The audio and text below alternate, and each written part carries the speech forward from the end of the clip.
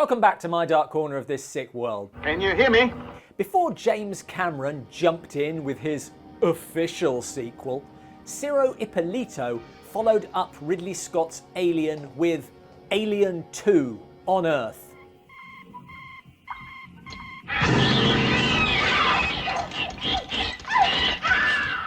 In space, no one can hear you violate copyright.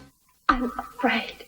Cunningly bypassing the expensive settings by bringing the title character to Earth and into The wonderful world of caves and caverns, stalagmites and stalactites. Actually, the wonderful world of caves and caverns is pretty impressive.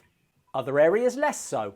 Tell me, what is it that makes an attractive girl like you decide to go exploring underground?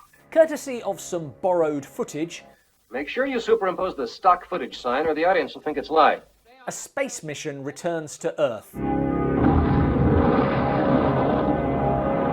But the astronauts have vanished. And when the frogmen opened the capsule, there was no trace of the astronauts. A surprise to everyone except caver Thelma, who knew something was amiss. You know, Thelma's telepathic, and when something happens, she senses it, even at a distance. Naturally, this upsets her, and she seeks counselling. So what do I do? Nothing. Keep them to yourself as the rest of us do. Ah, quit whining. You're not the only one with problems. Great friends she's got. One of them gives her a rock he found. Oh, let me see. Hands off. Yeah, for you, it's a real jewel, isn't it? And as we know from long experience on Dark Corners, there's nothing that enlivens a film like a heroic geologist. Oh, how many feet below sea level is the cave? Oh, I've wasted my life. No! Thelma and friends head into a cave to explore. Hey, guys, that looks like a camel. Come on, Bedouin! Charge! And, Hey, Bert! must be the screenwriter. Everything I write is such garbage. That confirms it. How come you always type by candlelight? Because I desperately need to draw attention to the fact that I'm a serious writer and Starbucks hasn't been invented yet. But they've not been underground long before Thelma's present starts to make trouble. The sun's moving. There's an old English expression, doesn't get used much anymore, coals to Newcastle. You see, Newcastle is an English town with lots of collieries, so if you're trying to sell coal, don't go there, they're all set for coal. What do you want? Now, when you're going caving, there are lots of things you need.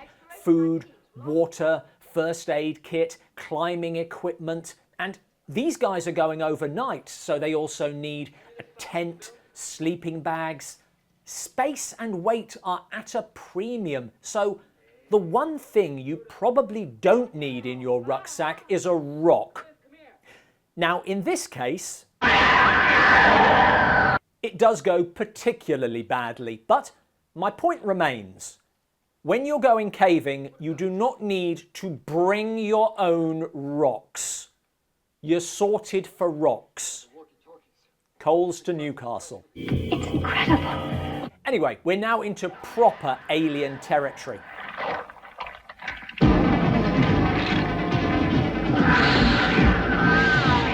Ah yes, the famous face burster.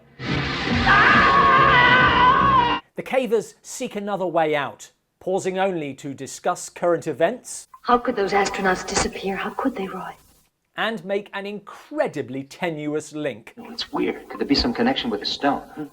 You found a stone by a gas station bathroom nowhere near where the capsule came down. I know they're connected, and even I don't believe it. I wish I understood what's going on. Now the alien starts to pick off the scattered team.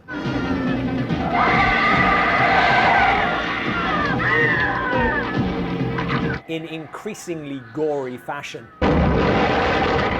While Thelma uses her shining to help her friends. Wait. It's above your head. She's really good at it.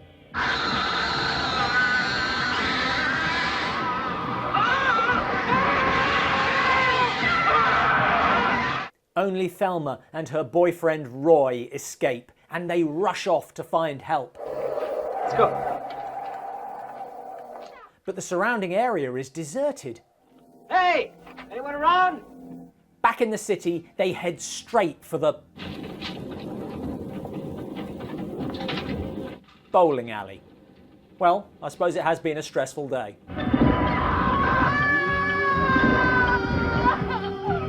Filmed in sphincter vision. As Roy 2 is taken, it becomes apparent that the apocalypse has happened while they were underground.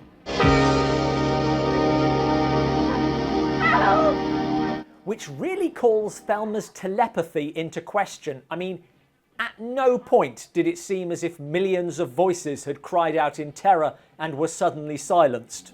A stronger force is holding me back. Unsurprisingly, Fox sued the makers of Alien 2, but they got away with it thanks to a 1930s novel called Alien. More surprisingly, Ippolito later sued the makers of The Descent for ripping off this.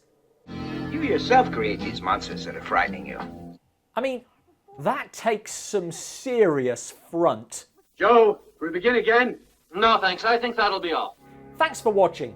This film was suggested to us by one of our Patreon supporters. If you'd like to pick a film for us to review, then join us at Shadow Level.